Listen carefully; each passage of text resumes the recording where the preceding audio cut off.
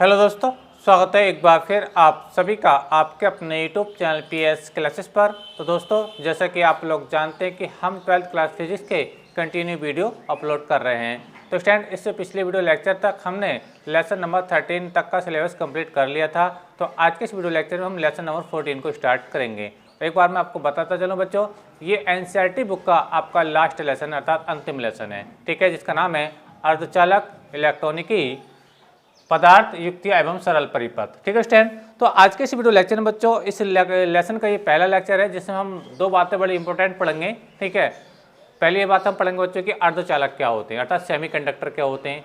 बाद में हम बच्चों पढ़ेंगे अर्धचालक कितने प्रकार के होते हैं, ठीक है, अर्थात हम पढ़ेंगे टाइप्स ऑफ सेमीकंडक्टर। तो चलिए शुरुआत करते हैं वीडियो लेक्चर की। वीडियो लेक्चर को शुरू करने से पहले आप लोगों से मेरा विशेष रिक्वेस्ट ये है कि यदि अभी तक आप लोगों ने हमारे चैनल को सब्सक्राइब नहीं किया है तो सब्सक्राइब कर लीजिए और बेल आइकन का बटन जरूर दबाइए ताकि जैसे जैसे हमारी कंटिन्यू वीडियो आएँ उनका नोटिफिकेशन आप लोगों को समय से प्राप्त होता रहे। तो चलिए शुरुआत करते हैं लेक्चर की। स्टूडेंट, जैसे कि आप लोग जानते हैं कि कंडक्टिविटी के आधार पर पदार्थों को तीन भागों में बांटा गया है। Number 1 conductor, number 2 non conductor और नंबर 3 सेमीकंडक्टर, यानी हिंदी में कहूँ तो चालक। नंबर 1 है चालक, नंबर 2 अचालक और नंबर 3 है आपका बच्चों अर्धचालक। ठीक है, तो एक स्टैंड जैसे कि मैंने आपको बताया कि कंडक्टिविटी के आधार पर सब स्टैंड को तीन भागों में डिवाइड किया गया है। नंबर 1 है आपका बच्चों चालक, ठीक है, जिसको हम कंडक्टर कहते हैं। दूसरा बच्चों होता है आपका अचालक, ठीक है, सबको बारी बारी से अभी जानेंगे क्या होते हैं ये, ठीक है। और तीसरा बच्चों आपका होता है अर्धचालक, जो हम आज के लेक्चर में पढ़ने वाला है। ठीक है, क्या होता है बच्चों अर्धचालक, अर्धचालक, ठीक है स्टैंड। अच्छा, अब देखिए स्टैंड, पहले हम बात करेंगे चालक क्या होते हैं, थोड़ा सा पढ़ लेते हैं इनके बारे में भी। ठीक है, देखिए स्टैंड, चालक ऐसे पदार्थ होते हैं जो अपने अंदर करंट को आसानी से फ्लो होने देते हैं, यानी उनके अंदर विद्युत धारा आसानी से प्रवाहित हो जाती है। बात समझिए आप लोगों को, यानी चालक ऐसे पदार्थ होते हैं या चालक वे पदार्थ होते हैं बच्चों जो अपने अंदर से करंट को ईजिली यानी आसानी से अर्थात सुगमता से प्रवाहित होने देते हैं। अब जैसे ऐसे कौन से पदार्थ होंगे, जैसे मान लीजिए मेटल्स में अगर बात करूं तो जैसे लोहा है, लोहे के अंदर बहुत अच्छा करंट आता है। ठीक है, एल्यूमिनियम है, उसके अंदर करंट आता है। कॉपर है, बहुत अच्छा करंट आता है। ठीक है, और चांदी तो सबसे अच्छा चालक माना जाता है। बात समझ आ रही है आपको। ठीक है, तो यानी ये सब ऐसे पदार्थ हैं जिनका मैं नाम ले रहा था। जैसे लोहा मैंने आपको बताया क्या होता है, देखिए चालक में मैंने आपको बताया लोहा, ठीक है, कॉपर, एल्यूमिनियम, चांदी, ठीक है, और भी बहुत सारी जो मेटल्स हैं वो सब क्या होते हैं बच्चों विद्युत के अच्छे चालक होते हैं, यानी इनके अंदर करंट जो आसानी से फ्लो होता रहता है। ठीक है, विद्युत के अच्छे चालक बच्चों ये मेटल्स इसलिए होते हैं क्योंकि इनके अंदर इनफिनिट मात्रा में यानी लाखों करोड़ों मिलियंस क्या होते हैं फ्री इलेक्ट्रॉन होते हैं। क्या होते हैं बच्चों मुक्त इलेक्ट्रॉन होते हैं, क्योंकि अगर कहीं करंट को फ्लो कराना है बच्चों तो वहाँ पर मुक्त इलेक्ट्रॉन का मूव करना बहुत जरूरी है। ठीक है, और जब मुक्त इलेक्ट्रॉन होंगे नहीं तो करंट फ्लो होगा ही नहीं। बात समझ में आपको। ठीक है, तो जो धातुएं होती हैं, जो मेटल्स होते हैं बच्चों, इनके अंदर जो फ्री इलेक्ट्रॉन्स होते हैं बच्चों काफ़ी मात्रा में होते हैं, और इसीलिए क्या होता है कि ये धातुएं जो होती हैं विद्युत की अच्छी चालक होती हैं। ठीक है, अच्छा बात करते हैं दूसरे, देखिए अचालक। अचालक क्या पदार्थ होते हैं बच्चों, नॉन कंडक्टर क्या होते हैं। नेक्स्ट टाइम बच्चों, नॉन कंडक्टर वे पदार्थ होते हैं जो अपने अंदर से करंट को फ्लो नहीं होने देते, जो अपने अंदर से करंट को फ्लो नहीं होने देते। ठीक है, यानी अगर मैं कहूँ तो अचालक पदार्थों के मध्य बच्चों फ्री इलेक्ट्रॉन नहीं होता है, मुक्त इलेक्ट्रॉन नहीं होते हैं। ठीक है, अच्छा ऐसे कौन से पदार्थ हैं तो बच्चों, जैसे मैं आपको बताऊँ प्लास्टिक है, प्लास्टिक के अंदर बिल्कुल करंट नहीं आता। शीशा है, उसके अंदर बिल्कुल करंट नहीं आता। रबड़ है, उसके अंदर बिल्कुल करंट नहीं आता। तो ये जो पदार्थ हैं बच्चों ये विद्युत के क्या होते हैं बच्चों अचालक होते हैं, यानी इनके अंदर करंट फ्लो करना इम्पॉसिबल है। क्यों? क्योंकि इनके अंदर बच्चों इनके अंदर क्या होते हैं बच्चों मुक्त इलेक्ट्रॉन नहीं होते हैं अर्थात फ्री इलेक्ट्रॉन नहीं होते हैं। ठीक है, तो अचालक मैंने आपको बताया, अचालक में आप ले सकते हैं प्लास्टिक, मैंने आपको बताया,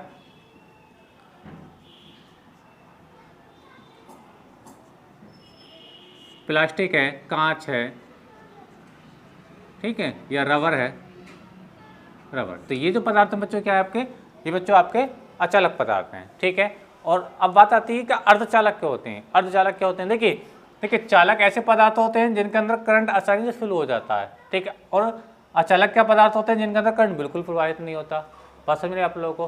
तो यानी जो चालक होते हैं विद्युत के अच्छे चालक होते हैं, यानी चालक पदार्थ जो होते हैं इनके अंदर करंट आसानी से फ्लो होता है, जबकि अचालकों में करंट बिल्कुल प्रवाहित नहीं होता है। ठीक है, तो अब ये जो आपके अर्धचालक हैं बच्चों, ये जो अर्धचालक है बच्चों, ठीक है, तो इनकी जो विद्युत चालकता होती है, इनकी जो विद्युत चालकता होती है, एक बार मैं बता चलूँ कि अर्धचालक जो होते हैं ना तो ये पूर्ण रूप से चालक होते हैं, ना ही पूर्ण रूप से अचालक होते हैं। बात समझ में आ रही है आपको?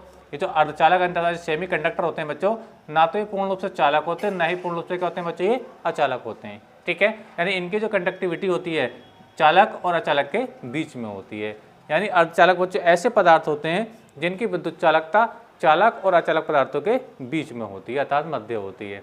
तो जो बच्चे डेफिनेशन लिखना चाहते हैं कि अर्धचालक क्या होते हैं, सेमीकंडक्टर क्या होते हैं, तो लिख सकते हैं कि अर्धचालक वे पदार्थ होते हैं, अर्धचालक वे पदार्थ होते हैं जिनकी विद्युत चालकता चालक तथा अचालक पदार्थों के बीच होती है। अब एग्जाम्पल भी देखना चाहेंगे, जैसे कि हमने चालक और अचालक के एग्जाम्पल देखे, तो बच्चों अर्धचालक के जो एग्जाम्पल है, ठीक है, मैं ले रहा हूँ यहाँ पे सिलिकॉन। क्या बच्चों? सिलिकॉन। सिलिकॉन है जिसका सिंबल हम क्या लिखते हैं बच्चों, SI लिखते हैं। ठीक है, जैसे जर्मेनियम है, क्या बच्चों? जर्मेनियम है।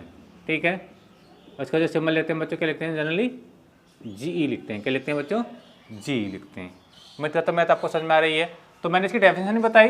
सेमीकंडक्टर क्या होते हैं, अचालक क्या होते हैं? अचालक बच्चों वे पदार्थ होते हैं जिनकी विद्युत चालकता चालक और अचालक के बीच में होती है। एग्जाम्पल मैंने आपको बताया सिलिकॉन और जर्मेनियम। ठीक है, बात अब ये तो आपकी देखिए मैंने अर्धचालक की डेफिनेशन आपको बताई, अर्धचालक के एग्जाम्पल मैंने आपको बताए। ठीक है, अब हम बात करेंगे बच्चों कि अर्धचालक कितने प्रकार के होते हैं। तो स्टूडेंट ये जो अर्धचालक होते हैं, अर्धचालक बच्चों 2 प्रकार के होते हैं। यानी जो अर्धचालक होते हैं बच्चों वो कितने प्रकार के होते हैं आपके? 2 प्रकार के होते हैं अर्धचालक। ठीक है, इंग्लिश बोलते हैं बच्चों तो सेमीकंडक्टर। क्या बोलते हैं बच्चों? सेमीकंडक्टर्स। ठीक है, ये कितने प्रकार के होते हैं बच्चों? ये 2 प्रकार के होते हैं। पहला प्रकार इनके अंदर क्या होता है, पहला जो होता है, पहला होता है बच्चों ये निज अर्धचालक। क्या होते हैं बच्चों? निज अर्धचालक। अर्धचालक। ठीक है, और दूसरे बच्चे क्या होते हैं? दूसरे होते हैं ये आपके बाह्य अर्धचालक। क्या होते हैं बच्चों? बाह्य अर्धचालक।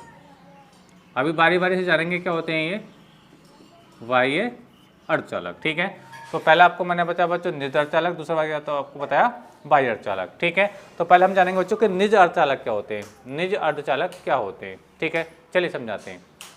देखिए स्टैंड, निज अर्धचालक की डेफिनेशन बता रहा हूँ, ध्यान समझो कि वे अर्धचालक एक ऐसा अर्धचालक, ऐसे भी कह सकते हो, एक ऐसा अर्धचालक जिसके अंदर कोई अशुद्धि ना मिली हो, जिसके अंदर कोई अशुद्धि ना, बिल्कुल प्योर हो, क्या हो? बिल्कुल शुद्ध हो।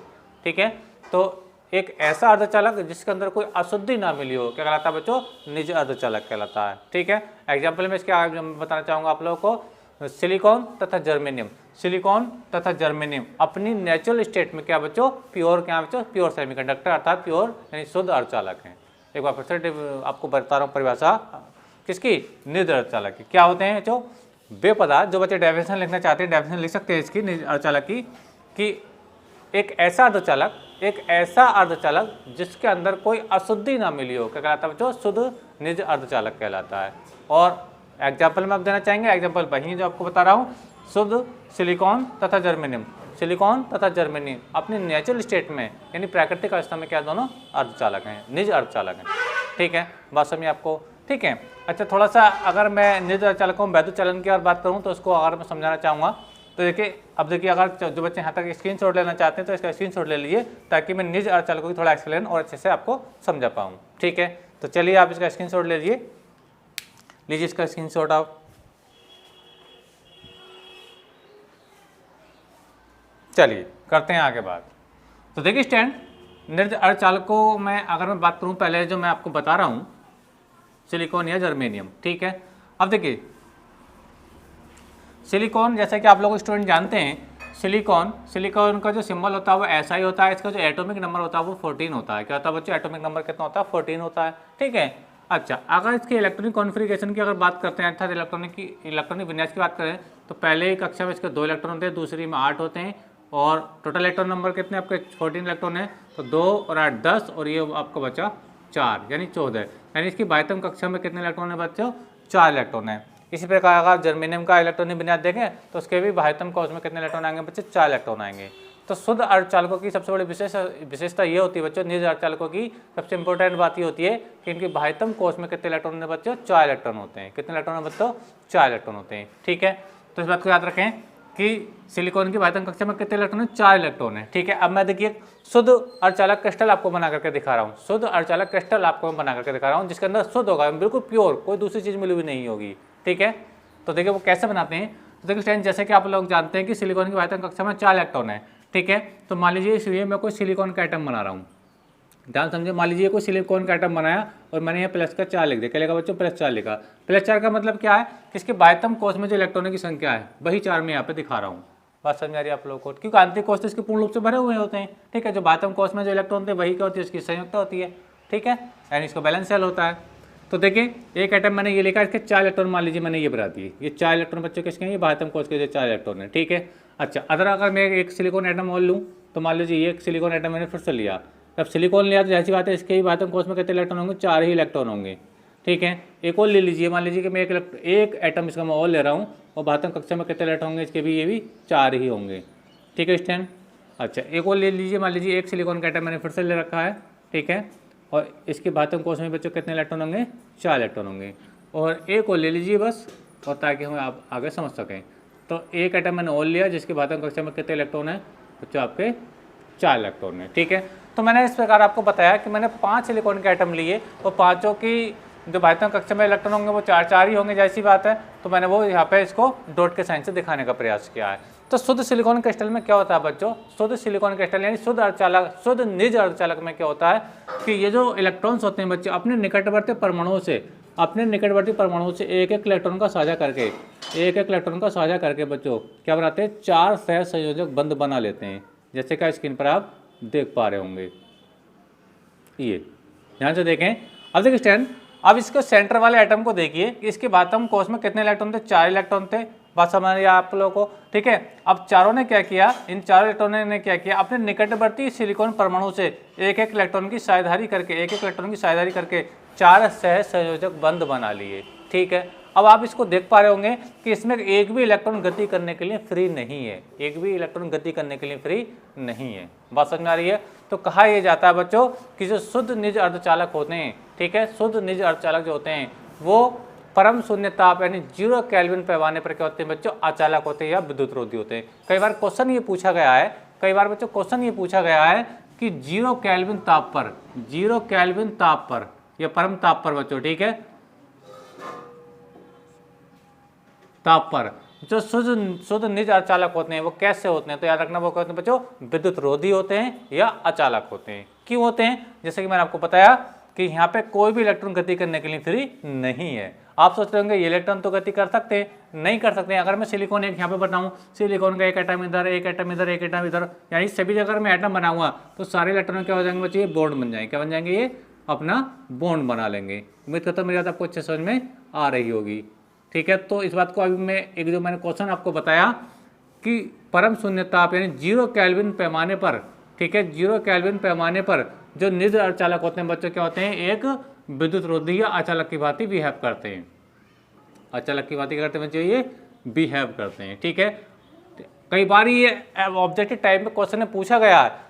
मैं आपको फिर से रिपीट कर रहा हूँ, ये बहुत इंपॉर्टेंट बात बता रहा हूँ कि सामान्य ताप पर यानी परम शून्य ताप पर या 0 केल्विन ताप पर कुछ भी लिख कर आ सकता है। ठीक है, इस टेम्परेचर पर जो शुद्ध निज अर्धचालक होते हैं बच्चों क्या होते हैं, विद्युत के क्या होते हैं, अचालक होते हैं या विद्युत रोधी होते हैं। रीजन आप साफ देख पा रहे होंगे, क्योंकि सामान्य ताप पर इसके अंदर कोई भी इलेक्ट्रॉन बच्चों गति करने के लिए फ्री नहीं है। क्योंकि बच्चों करंट कहाँ आता है, करंट वहाँ आता है जहाँ पे फ्री इलेक्ट्रॉन होते हैं। बात समझे आपको। तो इसके अंदर आप देख पा रहे हो कोई भी इलेक्ट्रॉन गति करने के लिए फ्री नहीं है, सब बॉन्डेड है। ठीक है, बात समझ में आप लोगों को। तो ये तो बात होती है बच्चों शुद्ध निज अर्धचालकों की। शुद्ध निज अर्धचालकों के लिए मैंने आपको बताया, एग्जाम्पल मैंने सिलिकॉन का लिया है। ठीक है, बात समझ में आ रही है। तो अब देखिए स्टैंड, अपनी बात को फिर से रिपीट कर रहा हूँ जिनको समझ में नहीं आया, कि जो शुद्ध निज अर्धचालक होते हैं इनके बाह्यतम कोष में 4 इलेक्ट्रॉन होते हैं। कितने इलेक्ट्रॉन होते हैं, 4 इलेक्ट्रॉन होते हैं। और ये चारों इलेक्ट्रॉन अपने निकटवर्ती एटम के परमाणु से, अपने निकटवर्ती परमाणु से एक एक इलेक्ट्रॉन की साझेदारी करके 4 सहसंयोजक बंध बना लेते हैं। इस प्रकार से किसी भी एटम का कोई भी मुक्त इलेक्ट्रॉन नहीं रह पाता, यानी कोई भी इलेक्ट्रॉन फ्री नहीं रह पाता जो इसके अंदर करंट को फ्लो करा सके। बात समझ में आ रही है आपको? जब इलेक्ट्रॉन फ्लो नहीं है, मतलब इलेक्ट्रॉन इसके अंदर फ्री नहीं है, तो इसके अंदर करंट नहीं आएगा। करंट वहीं आता है जहाँ पे इलेक्ट्रॉन फ्री होते हैं या तो मुक्त इलेक्ट्रॉन होते हैं। बात समझ आप लोगों को? ठीक है। अच्छा, अगर मैं इस टेम्परेचर को गर्म कर दूं, क्या कर दूं बच्चों, इसको मैं गर्म कर दूं, मतलब हीट दे दूं। ठीक है, अगर मैं गर्म करता हूँ स्टैंड, ठीक है, तो गर्म करने पर क्या होता है बच्चों कि इसके सहसंयोजक बंध टूटने लगते हैं, सहसंयोजक बंध वो टूटने लगते हैं। और वो भी देखो, मैं एक बात बता दूं, 10 की पावर 9 एटम होंगे। ये बहुत बड़ा नंबर है, ये बहुत बड़ा नंबर है। 10 के आगे 9 जीरो आपको लगाने पड़ेंगे। अगर इतने एटम, ठीक है, का कोई क्रिस्टल है, इतने एटम का कोई क्रिस्टल है और उसको आपने गर्म कर दिया है, तो याद रखना कि उसका केवल एक ही सहसंयोजक बंध टूटेगा, कोई एक। जैसे मान लो कोई एक टूट गया, जब ये कोई एक टूट जाएगा तो ये दोनों इलेक्ट्रॉन क्या हो जाएंगे बच्चे, ये फ्री हो जाएंगे गति करने के लिए। यानी कहने का मतलब ये है, जब आपके शुद्ध निर्जल अर्धचालक होते हैं बच्चों, इनकी जब इनको गर्म करोगे तो गर्म करने पर इनके जो बंध टूट जाएंगे, तो बंध टूटेंगे तो 2 इलेक्ट्रॉन फ्री हो जाएंगे। और एक बात मैं आपको बता चलूं कि इतने एटम कितने, 10 की घात 9, यानी 10 के आगे 9 जीरो लगाओगे बहुत बड़ा नंबर आएगा। इतने एटम में केवल एक सहसंयोजक बंध टूटेगा। इस प्रकार से कहा जाता है कि जो शुद्ध निर्जल अर्धचालक होते हैं बच्चों, ठीक है, ताप बढ़ाने पर भी विद्युत के अच्छे चालक नहीं है। चालकता तो बढ़ जाएगी, क्योंकि 0 केल्विन पर क्या थे, ये 0 केल्विन पर थे क्या, बिल्कुल कैसे थे बच्चों, अचालक थे। लेकिन जैसे हमने इसको गर्म किया, तो गर्म करने पर अगर इतने एटम का कोई क्रिस्टल है तो उसका केवल एक सहसंयोजक बंध टूटेगा और केवल 2 ही इलेक्ट्रॉन गति करने के लिए फ्री होंगे, जो कि करंट को अच्छे तरीके से फ्लो नहीं कर पाएंगे। क्योंकि जितने ज़्यादा फ्री इलेक्ट्रॉन होंगे, जितने ज़्यादा मुक्त इलेक्ट्रॉन होंगे, उतने अच्छा उस क्रिस्टल के अंदर करंट आता है। ठीक है, तो इतने सारे एटम के अंदर केवल एक ही बॉन्ड टूटेगा, ठीक है, तो ये विद्युत का अच्छा चालक नहीं माना जाएगा। ये बात जरूर है कि इसकी चालकता जरूर बढ़ जाएगी। जो अभी तक एक भी इलेक्ट्रॉन फ्री नहीं था, इसको गर्म करने पर इलेक्ट्रॉन फ्री हो जाएंगे, बंद टूटेगा। बात समझ रहे आप लोगों को? ठीक है, लेकिन वो अच्छे से करंट फ्लो नहीं कर पाएंगे। बात समझ आ रही है? तो अगर इसको गर्म भी कर देते हैं हम इस निर्जल अर्धचालक को, ठीक है, तो ताप बढ़ाने पर इसकी चालकता तो बढ़ जाएगी। चालकता इसलिए बढ़ जाएगी क्योंकि बॉन्ड टूट जाएगा, एक 2 इलेक्ट्रॉन, चाहे वो भले ही 2 इलेक्ट्रॉन, लेकिन कुछ ना कुछ करंट तो फ्लो कराएंगे। बस तो ये बात अलग है कि वो अच्छा करंट फ्लो नहीं करा पाएंगे। बस समझ आपको? ठीक है, यानी कहने का मतलब मेरा बच्चों ये है कि अगर हम शुद्ध निर्जल चालकों को गर्म कर दें तो इनकी विद्युत चालकता तो बढ़ेगी, विद्युत चालकता तो बढ़ जाएगी, ठीक है, लेकिन इतनी अच्छी, इतना अच्छा इसके अंदर करंट फ्लो नहीं हो पाएगा, क्योंकि वो केवल इतने सारे एटम के अंदर 2 ही आपके इलेक्ट्रॉन फ्री होंगे जो विद्युत को प्रोवाइड करा पाएंगे। ठीक है, बस में आप लोगों को तो गर्म करने पर ये बात थी। अगर इसको गर्म ना किया था, जो मैं नॉर्मल कंडीशन में बताया, तो नॉर्मल कंडीशन पर यानी 0 केल्विन पर ताप पर क्या होते हैं बच्चे, अचालक होते हैं। और 0 केल्विन ताप पर इसका कोई भी बॉन्ड इलेक्ट्रॉन फ्री नहीं होता गति करने के लिए। गर्म करोगे बंड टूटेगा तो इसकी विद्युत चालकता बढ़ेगी। क्यों बढ़ेगी? क्योंकि इसके इलेक्ट्रॉन फ्री हो जाएंगे। ठीक है, तो ये तो बात थी बच्चों निर्जल अर्धचालकों की। ठीक है, अब बात करते हैं बाह्य अर्धचालक। क्या होते हैं बच्चों? बाह्य अर्धचालक। क्योंकि मैं आपको बताया था कि जो अर्धचालक होते हैं बच्चों वो कितने प्रकार के होते हैं, 2 प्रकार के होते हैं। एक तो निर्जल अर्धचालक, निर्जल अर्धचालकों को मैंने यहाँ तक बता दिया। तो ये जो एग्जाम्पल है बच्चों किसका है, ये आपका निज अर्धचालक का एग्जाम्पल है। ठीक है, निज अर्धचालक। ठीक है, अब हम बात करेंगे बच्चों कि बाह्य अर्धचालक क्या होते हैं। ठीक है, बाह्य अर्धचालक क्या होते हैं, देखिए स्टैंड, देखिए निज अर्धचालकों में कुछ अपद्रव्य मिलाकर, कुछ इसके अंदर अशुद्धि मिलाकर क्या बनाए जाते हैं भैया, बाह्य अर्धचालक बनाए जाते हैं। ध्यान समझे, बाह्य अर्धचालक जो होते हैं बच्चों निज अर्धचालकों से ही बनाए जाते हैं। यानी ये तो प्योर क्या, प्योर सिलिकॉन है, प्योर सिलिकॉन है ना, सबकी संयुक्ता 4 है। बस समझिए आपको, अगर इसके अंदर मैं कुछ अपद्रव्य यानी कोई ऐसा एटम मिला दूं जो इससे सिलिकॉन से अलग हो, सिलिकॉन से अलग, अभी बताऊंगा क्या क्या मिलाना पड़ता है। ठीक है, तो मिलाने के बाद जो अर्धचालक बनेगा वो बनेगा बच्चों आपका बाह्य अर्धचालक। क्या बनेगा? बाह्य अर्धचालक। और बाह्य अर्धचालक बच्चों 2 प्रकार के होते हैं। क्या कितने प्रकार होते हैं बच्चों? 2 प्रकार के होते हैं। तो बाह्य अर्धचालक की डेफिनेशन आप कैसे देंगे? देखिए बाह्य अर्धचालक की डेफिनेशन आप लिखना चाहते हैं, निर्जल अर्धचालकों की डेफिनेशन मैंने आपको बता दी। तो बाह्य अर्धचालक की डेफिनेशन क्या बनेगी? बाह्य अर्धचालक की डेफिनेशन मैं आपको बता रहा हूँ, ध्यान समझें। देखिए स्टैंड, ठीक है, तो बाह्य अर्धचालक कैसे बनाते हैं मैंने आपको बता रहा हूँ, ध्यान समझें। देखिए जब शुद्ध सिलिकॉन क्रिस्टल में या तो +3 संयुक्ता वाला अपद्रव्य परमाणु जैसे एल्यूमिनियम मिलाओ, क्योंकि देखिए +3 संयुक्ता, देखो एल्यूमिनियम का जो एटॉमिक नंबर होता है वो 13 होता है। इलेक्ट्रॉन विन्यास करोगे 2,8,3, यानी 12वें कक्षा में कितने इलेक्ट्रॉन आएंगे? 3 आएंगे। ठीक है, यहाँ पे +5 संयुक्ता का अपद्रव्य परमाणु जैसे फास्फोरस बच्चों कितने नंबर आता है? 15 नंबर पाता है। कैसे करेंगे इलेक्ट्रॉनिक कॉन्फ़िगरेशन? 2,8,5। देख पा रहे होंगे 12वें कक्षा में कितने इलेक्ट्रॉन है? 5 इलेक्ट्रॉन है। ठीक है। यानी शुद्ध सिलिकॉन क्रिस्टल के अंदर या तो थोड़ा एल्यूमिनियम मिला दो, जिसकी संयोजकता कितनी होती है बच्चों, +3 होती है। भाई तो कक्षा में इलेक्ट्रॉनिक संख्या होती है वही इसकी संयोजकता होती है, ठीक है। तो यदि शुद्ध सिलिकॉन क्रिस्टल में या तो +3 संयुक्त वाला अपद्रव्य परमाणु मिला दो या +5 संयुक्त वाला अपद्रव्य परमाणु मिला दो, जैसे फास्फोरस मिला दो, ठीक है। तो ये इनको मिलाने के बाद जो आपके अर्धचालक बनेंगे वो बच्चों बनेंगे आपके बाह्य अर्धचालक। तो डेफिनेशन ये है बाह्य अर्धचालक की, जब शुद्ध सिलिकॉन क्रिस्टल में +3 संयुक्त वाला अपद्रव्य परमाणु या +5 संयुक्त वाला अपद्रव्य परमाणु मिलाते हैं, ठीक है, तो इसके पश्चात जो हमें अर्धचालक प्राप्त होता है वो हमें बाह्य अर्धचालक कहलाता है, ठीक है। बात समझ आ रही है। अब देखिए इनकी संयोजकता के आधार पर यानी मिलाए गए एटम के आधार पर ये 2 प्रकार के होते हैं, एक होते हैं बच्चों एन टाइप अर्धचालक, दूसरे होते हैं बच्चों आपके पी टाइप अर्धचालक, ठीक है। तो ये क्या प्रकार के होते हैं बच्चों, एक होता है बच्चों आपका बाह्य अर्धचालक, 2 प्रकार के होते हैं। नंबर 1 होता है आपका एन टाइप अर्धचालक, क्या होता है बच्चों, एन टाइप अर्धचालक, और दूसरा बच्चों होता है आपका पी टाइप अर्धचालक, क्या होता है बच्चों, पी टाइप अर्धचालक होता है, ठीक है। अब एन टाइप पी टाइप कैसे बनाते हैं उसको समझो, एन टाइप पी टाइप कैसे बनाते हैं उसको समझो। देखिए स्टैंड, अगर मैं इस शुद्ध सिलिकॉन क्रिस्टल के अंदर यानी शुद्ध निर्ज अर्धचालक के अंदर, ठीक है, शुद्ध निर्ज अर्धचालक के अंदर, ठीक है, अगर मैं +5 संयुक्त वाला अपद्रव्य परमाणु जैसे फास्फोरस मिला दूं, जैसे क्या मिला दूं बच्चों, फास्फोरस मिला दूं, ठीक है, बात समझिए आपको, तो उसके बाद जो क्रिस्टल बन जाएगा तो ये बन जाएगा बच्चों आपका एन टाइप अर्धचालक क्रिस्टल। कैसे बनाते हैं देखिए मैं समझा रहा हूँ। देखिए जैसे कि आप देख पा रहे हो 5 एटम है और 5 एटम सिलिकॉन के हैं, ठीक है। अब मैं 5 एटम की 4 एटम तो मैं सिलिकॉन के ही लूंगा, क्योंकि मुझे सिलिकॉन जब सिलिकॉन ज़्यादा मात्रा में होगा, अपद्रव्य यानी अशुद्धि तो कम ही होती है किसी भी चीज़ के अंदर, पसंद आ रही है। यानी कहने का मतलब ये अगर 5 लीटर दूध है तो उसके अंदर पानी आप मिलाना चाहोगे तो ज़्यादा ज़्यादा आधा किलो मिला लोगे, 500 ग्राम यानी 1 kg मिला लोगे ज़्यादा। ऐसा तो नहीं 5 किलो दूध में आप 10 किलो पानी मिलाओगे, तो अशुद्धि क्या होती है, कम ही होती है, ठीक है। तो यहाँ पे जो 4 एटम जो लेंगे मैं सिलिकॉन के लेंगे और एक एटम में किसको ले रहा हूँ बच्चों, फास्फोरस का ले रहा हूँ। और फास्फोरस की बात कक्षा में कितने इलेक्ट्रॉन होते हैं बच्चों, 5 इलेक्ट्रॉन होते हैं। तो यानी फास्फोरस की संयोजकता होगी +5 होगी, क्या होगी बच्चों, +5 होगी। तो जो सेंटर वाला एटम था वो सिलिकॉन ना करके मैंने क्या कर दिया बच्चों, ये आपको मैंने फास्फोरस का ले रखा है। किसका ले रखा है बच्चों, फास्फोरस का ले रखा है, ठीक है। बात समझिए आप लोगों को। अब देखिए जब फास्फोरस के एटम सेल में कितने इलेक्ट्रॉन होते हैं, 5 इलेक्ट्रॉन होते हैं। तो 4 तो मान लीजिए वही हैं, 4 तो ऑलरेडी होंगे ये, ठीक है, 4 तो ये होंगे, और मान लीजिए 1 इलेक्ट्रॉन बच्चों वो ये हैगा, ठीक है। तो आप इस तरह आप देख पा रहे होंगे कि जैसे मैंने इसके अंदर थोड़ा सा फास्फोरस मिला दिया, सिलिकॉन के अंदर क्या होता है फास्फोरस मिला दिया, तो आप देख पा रहे होंगे कि फास्फोरस के 4 इलेक्ट्रॉन तो बॉन्ड बना चुके हैं, लेकिन ये वाला जो इलेक्ट्रॉन है ये बॉन्ड नहीं बना पा रहा है। अब ये बॉन्ड नहीं बना पा रहा तो ये पूरे क्रिस्टल में घूमेगा, ये पूरे क्रिस्टल में घूमेगा, ठीक है। यानी यही इलेक्ट्रॉन क्या कराएगा, इस क्रिस्टल के अंदर विद्युत धारा को प्रवाहित कराएगा। यानी ये जो इलेक्ट्रॉन है बच्चों, ठीक है, ये कराएगा विद्युत को प्रवाहित कराएगा। बात समझे आपको। तो कहने का मतलब ये है कि शुद्ध निर्ज अर्धचालकों में अगर हम +5 संयुक्त वाला अपद्रव्य परमाणु मिलाते हैं, बात समझे आपको, तो ये जो हमें क्रिस्टल प्राप्त होता है तो ये बच्चों क्या कहलाता है, आपका पी टाइप अर्धचालक क्रिस्टल कहलाता है। क्या कहलाता है बच्चों, ये पी टाइप। अभी निर्ज अर्धचालक नहीं रहा, ये बन गया बच्चों पी टाइप अर्धचालक। क्या बन गया ये आपका, सॉरी माफ कीजिएगा, एन टाइप अर्धचालक। क्या बन गया बच्चों, एन टाइप अर्धचालक बन गया, ठीक है। तो याद रखना कि मैंने आपको बताया कि बाह्य अर्धचालक 2 प्रकार के होते हैं, ठीक है। एक होता है एन टाइप अर्धचालक और दूसरा होता है आपका जो पी टाइप अर्धचालक। एन टाइप कब बनाते हैं, जब हम शुद्ध सिलिकॉन क्रिस्टल के अंदर 5 संयुक्त वाला अपद्रव्य परमाणु जैसे फास्फोरस मिलाते हैं। बात समझिए आप लोगों को, ठीक है। अच्छा, तो ये तो बच्चों इलेक्ट्रॉन बन गया, सॉरी ये तो इलेक्ट्रॉन है जिसको मैंने सिंबल दे दिया। अब ये जो 5वां इलेक्ट्रॉन है पूरे क्रिस्टल में घूमेगा, यानी फास्फोरस ने तो इलेक्ट्रॉन अपना दान कर दिया, ये तो इलेक्ट्रॉन ने दान कर दिया, अभी सिलिकॉन में कहीं भी घूम सकता है, ठीक है।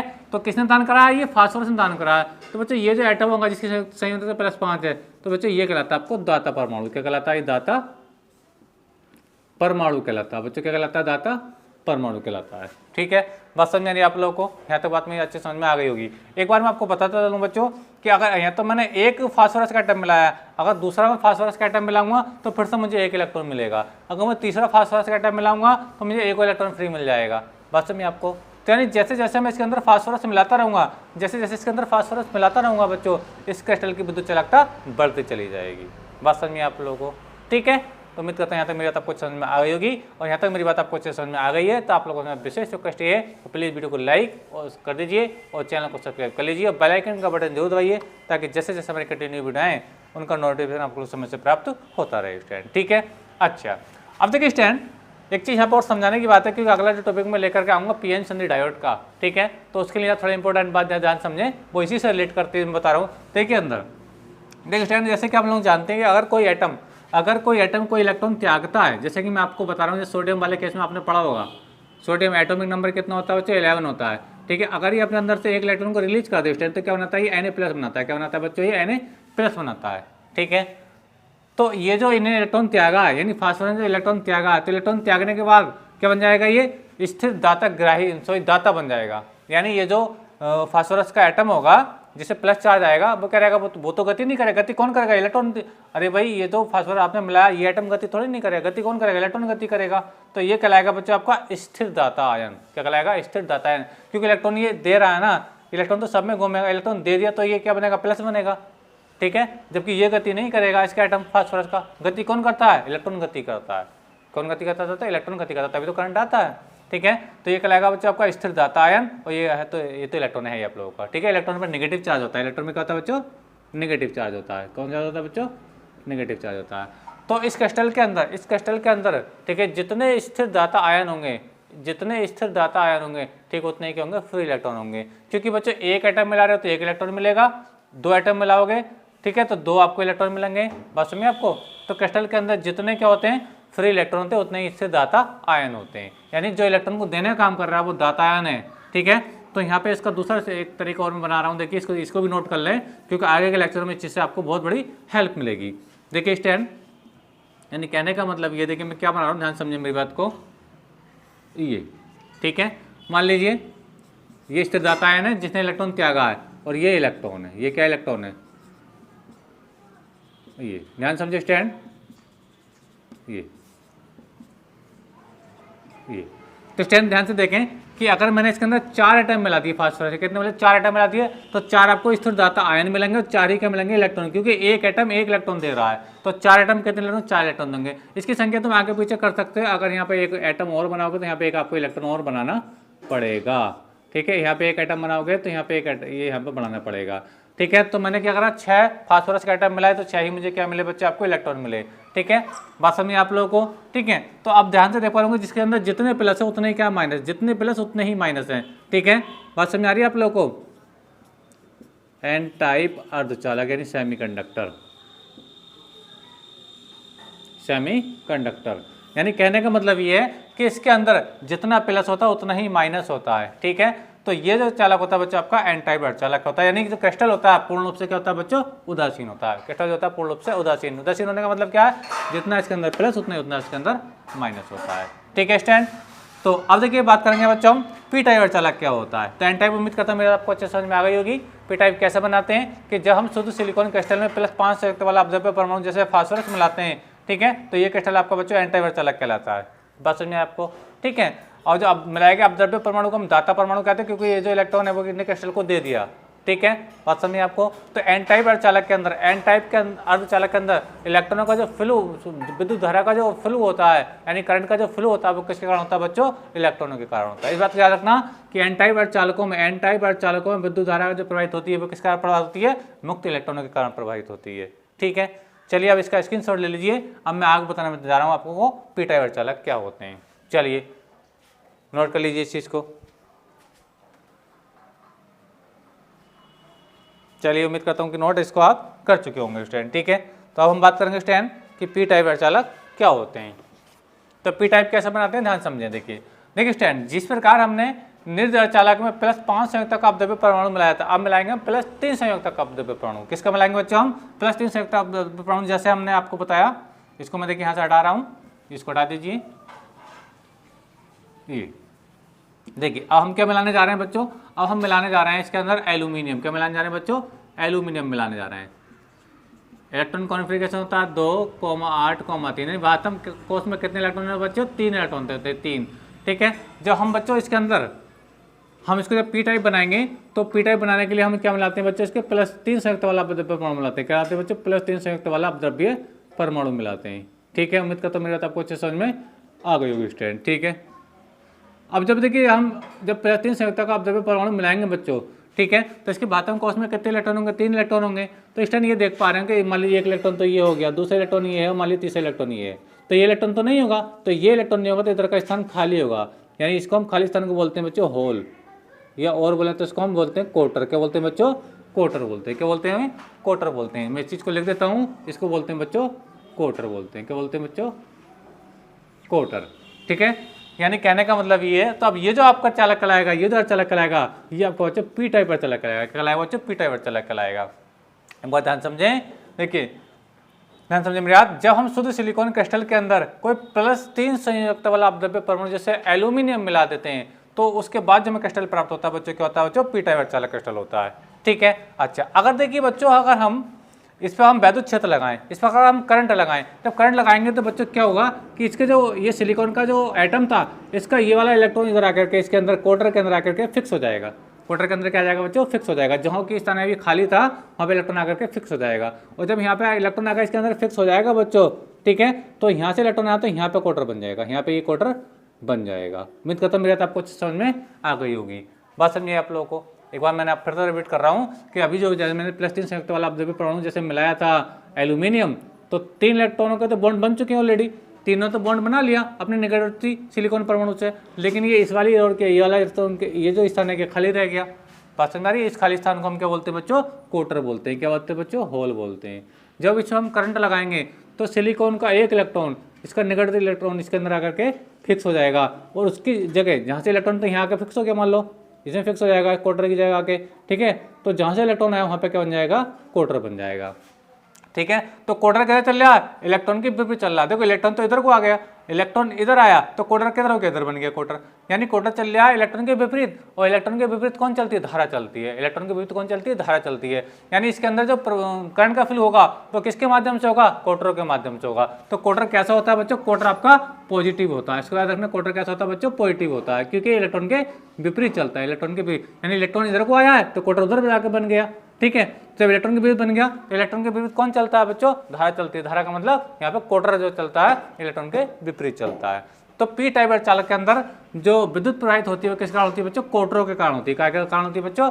क्वार्टर का। इस बात का याद रखना, एन टाइप अर्धचालक में विद्युत धारा किस कारण होती है? प्रवाहित होती है इलेक्ट्रॉनों के कारण होती है। पी टाइप अर्धचालक में जो विद्युत धारा प्रवाहित होती है वो क्वार्टरों के कारण होती है बच्चों, क्वार्टरों के कारण होती है। क्वार्टर जो होता है हमेशा वैद्युत क्षेत्र की दिशा में चलता है, इधर धारा चलती है उधर ही क्वार्टर चलता है। और धारा कैसे चलती है? इलेक्ट्रॉन के विपरीत चलती है, तो ये भी तो इलेक्ट्रॉन के विपरीत चल रहा है। इलेक्ट्रॉन इधर आया तो क्वार्टर उधर बन गया जाके।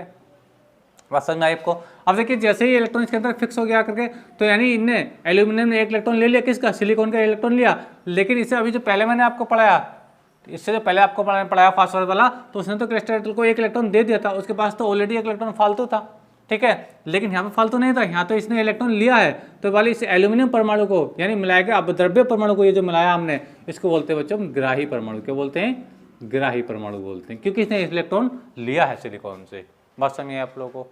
ठीक है, अच्छा अब देखिए स्टैंड, जितने इसके अंदर फास्फोरस मिलाऊंगा, सॉरी जितना इसके अंदर मैं एल्यूमिनियम के एटम मिलाऊंगा, उतने मुझे क्या मिलेंगे? क्वार्टर मिलेंगे। क्या मिलेंगे? क्वार्टर मिलेंगे, क्योंकि एक एटम मिलाया मैंने एल्यूमिनियम का तो मुझे एक क्वार्टर मिला था।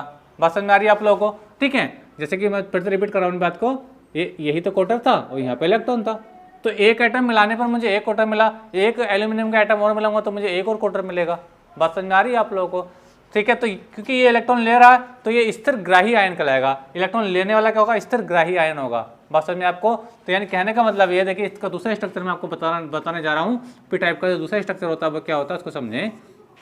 देखिए नेगेटिव यानी ये जो इलेक्ट्रॉन ले रहा है इसका है ना, ये वाला इलेक्ट्रॉन इसके अंदर आएगा। ठीक है, और ये क्या बनेगा बच्चा? आपका क्वार्टर बनेगा। क्वार्टर थोड़ा साइज में छोटा बनाएंगे, इसमें प्लस चार्ज होता है, याद रखना है ना। ये ग्राही आयन और ये आपका क्वार्टर। क्वार्टर पर हमेशा याद रखना बच्चों प्लस चार्ज होता है। क्या होता है? प्लस चार्ज होता है। और क्वार्टर छोटा बनाएंगे, इस चीज़ को याद रखना है। ठीक है, ये ग्राही आयन और ये क्या होता है बच्चों? क्वार्टर होता है। ये आपका नेगाड, ये आपका क्वार्टर, ये आपका ग्राही आयन और ये आपका बच्चों क्वार्टर। ठीक है, तो ये क्या होता है बच्चों? ये आपका ग्राही आयन है। क्या ये आपका ग्राही आयन है? ग्राही आयन है, और ये गति नहीं करता है, ये स्थिर ग्राही आयन भी कह सकते हो। जबकि ये जो आपका क्वार्टर है, ये क्या आपका क्वार्टर, ये गति करता है। बस समझिए आप लोग को। और पीटा एन टाइप में क्या था? एन टाइप में था स्थिर दातायन थे। इसमें क्या स्थिर ग्राही आयन है, उसमें गति कौन करता है? इलेक्ट्रॉन गति कर रहा था। इसमें कौन गति करेगा? क्वार्टर गति करेगा। ठीक है, यानी विद्युत धारा मतलब चलेगा तो इलेक्ट्रॉन भी, लेकिन क्वार्टर चलेगा इलेक्ट्रॉन के विपरीत चलेगा। ठीक है, या ये कहो कि जो क्वार्टर चलेगा विद्युत धारा की दिशा में चलेगा, क्योंकि इलेक्ट्रॉन की दिशा के विपरीत जो चलता है वो विद्युत क्षेत्र की दिशा में चलता है, और विद्युत क्षेत्र की दिशा में कौन चलता है? क्वार्टर चलता है या विद्युत धारा चलती है। ठीक है स्टैंड, तो याद रखना जिसके अंदर जितने क्वार्टर होंगे उतने ही क्या होंगे? आपके ग्राही आयन होंगे। जितने क्वार्टर होंगे उतने ही ग्राही आयन होंगे। अगर दो एटम मिलाओगे तो आपको दो ही क्वार्टर मिलेंगे, दो ही ग्राही आयन मिलेंगे। इसमें मैंने 6 अगर एल्यूमिनियम के एटम मिलाएं तो 6 ही मुझे क्या मिलेंगे, गहराई आयन मिलेंगे और 6 ही मुझे क्वार्टर मिलेंगे। इसलिए क्रिस्टल क्या होता है, पूर्ण रूप से बच्चों उदासीन होता है। तो इस बात को याद रखना कि पी टाइप के अंदर जो विद्युत वाहक यानी आवेश वाहक का जो कार्य करते हैं वो क्या करते हैं बच्चों, क्वार्टर करते हैं। और एन टाइप में आवेश वाहक का कार्य जो करता है वो कौन करता है बच्चों, आपका फ्री इलेक्ट्रॉन करता था, मुक्त इलेक्ट्रॉन करता है। तो आज के इस वीडियो लेक्चर में बच्चों हमने जाना कि अर्धचालक क्या होते हैं, अर्धचालक कितने प्रकार के होते हैं, ठीक है। और अर्धचालकों में बाह्य अर्धचालक जो होते हैं उनके 2 प्रकार होते हैं, एन टाइप और पी टाइप। पी टाइप कैसे बनाते हैं, एन टाइप कैसे बनाते हैं, मैंने आपको समझाया। पी टाइप बनाने के लिए आपको क्या करना होता है, जैसे कि आप देख पा रहे हो, पी टाइप बनाने के लिए शुद्ध निर्जल अर्धचालक के अंदर या सिलिकॉन के अंदर आपको क्या मिलाना पड़ता है, फास्फोरस मिलाना पड़ता है। वास्तव में जितना ज़्यादा इसके अंदर एल्यूमिनियम मिलाना पड़ता है, ठीक है, यानी +3 संख्या वाला परमाणु अपद्रव्य परमाणु जैसे एल्यूमिनियम मिलाएंगे तो जितना इसके अंदर ज़्यादा एल्यूमिनियम मिलाओगे इसकी चालकता बढ़ जाएगी। वास्तव में आप लोगों को, ठीक है। एन टाइप में क्या होता है, एन टाइप बनाने के लिए हम +5 संयुक्त वाला अपद्रव्य परमाणु जैसे हमने फास्फोरस मिलाया, क्या मिलाया, फास्फोरस मिलाया, ठीक है। तो याद रखना पी टाइप बनाने के लिए आप क्या मिलाओगे, एल्यूमिनियम, और एन टाइप बनाने के लिए आप क्या बनाओगे, फास्फोरस मिलाओगे, ठीक है। पी टाइप में आवेश वाहक का कार्य कौन करेगा, क्वार्टर करेगा, और एन टाइप में आवेश वाहक का कार्य कौन करेगा, इलेक्ट्रॉन करेगा, ठीक है। तो आज के इस वीडियो लेक्चर में बच्चों इतना ही। तो वीडियो लेक्चर कैसा लगा कमेंट करके जरूर बताइए, और चैनल पर नए हैं तो चैनल को सब्सक्राइब कर लीजिए, बेल आइकन का बटन जरूर दबाइए, और अभी तक वीडियो को लाइक नहीं किया तो प्लीज़ वीडियो को लाइक कर दीजिए और चैनल को सब्सक्राइब कर लीजिए। मिलेंगे नेक्स्ट वीडियो में, तब तक के लिए धन्यवाद, best of luck. Video lecture कैसा लगा कमेंट करके जरूर बताइए। Thank you, best of luck.